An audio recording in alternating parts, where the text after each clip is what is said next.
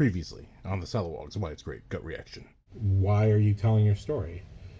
The why, and I say this over and over again, it's your idea that generates your execution. People like to say this phrase that I find it makes sense, but it is also ass backwards, where it's not the idea, it's the execution. But to me, no. Great art comes from the notion. If you look at George Lucas's Star Wars and you go from the prequels to the originals or the originals to the prequels, Anakin Skywalker, he can't resist his emotions, but he has so much reason for why he can't. As a young boy, he's taken from his mother to join the Jedi, and his only surrogate father is Qui-Gon Jinn, and he dies in Phantom Menace. And so all this boy knows is loss from a very young age. And when he's trained by Obi-Wan is only a few years older than him. Technically like 8 or 10 years older, but still he's only a sibling's age in difference. And so when he's trained by Obi-Wan, he has this sort of sibling rivalry, hatred of Obi-Wan, who didn't even want to train him. And throughout his years, he's groomed by Senator Palpatine, who becomes a chancellor. He's groomed by this man to become the guy that he looks for the emotional support. Because what the Jedi can't see that the Sith embrace is emotion.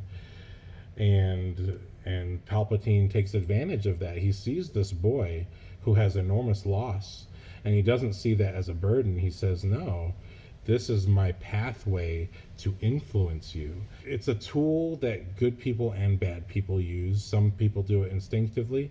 Some people learn it because they see it growing up.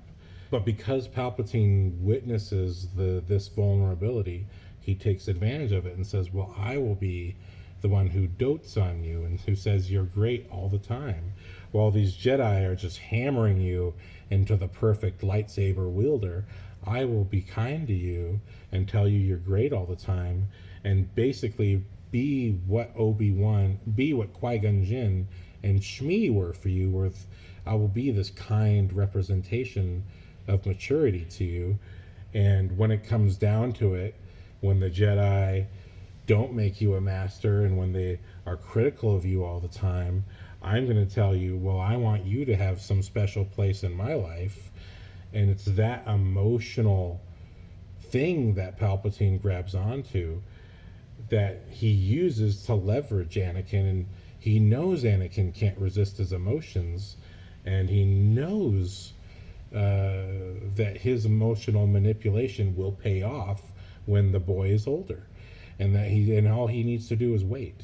Good people can do this as well, where good people can guide people away from the bad path by paying attention to their vulnerabilities and their needs and just honing them in the right way. But what the Jedi at the time could not do for their arrogance, the Sith did for Anakin. But when it comes to the original trilogy, we have the sins of the father visiting the children, and it's Luke Skywalker who sees the consequences of all the choices that his father made, even before he knew that his father was Vader. To see the consequences of a totalitarian society, to see the consequences of a dictator who can torture people at will, to see all of those consequences and to suffer for them. And out of that, Luke grew up with an uncle and aunt that did love him. And when he lost them, he had Obi-Wan, who, as an old man, who had learned what Qui-Gon Jinn tried to teach him when he was his master.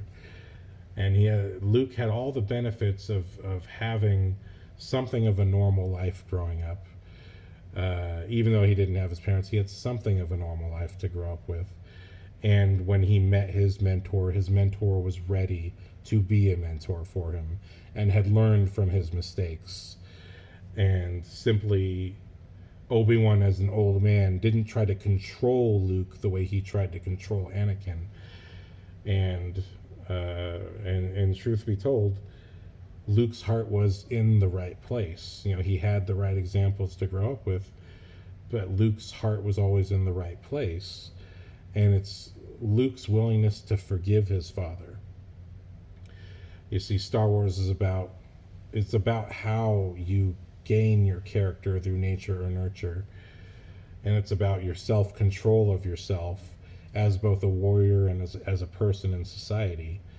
And in that reflection right there is a life lesson sort of being taught to kids, and that's what these shows and movies are about.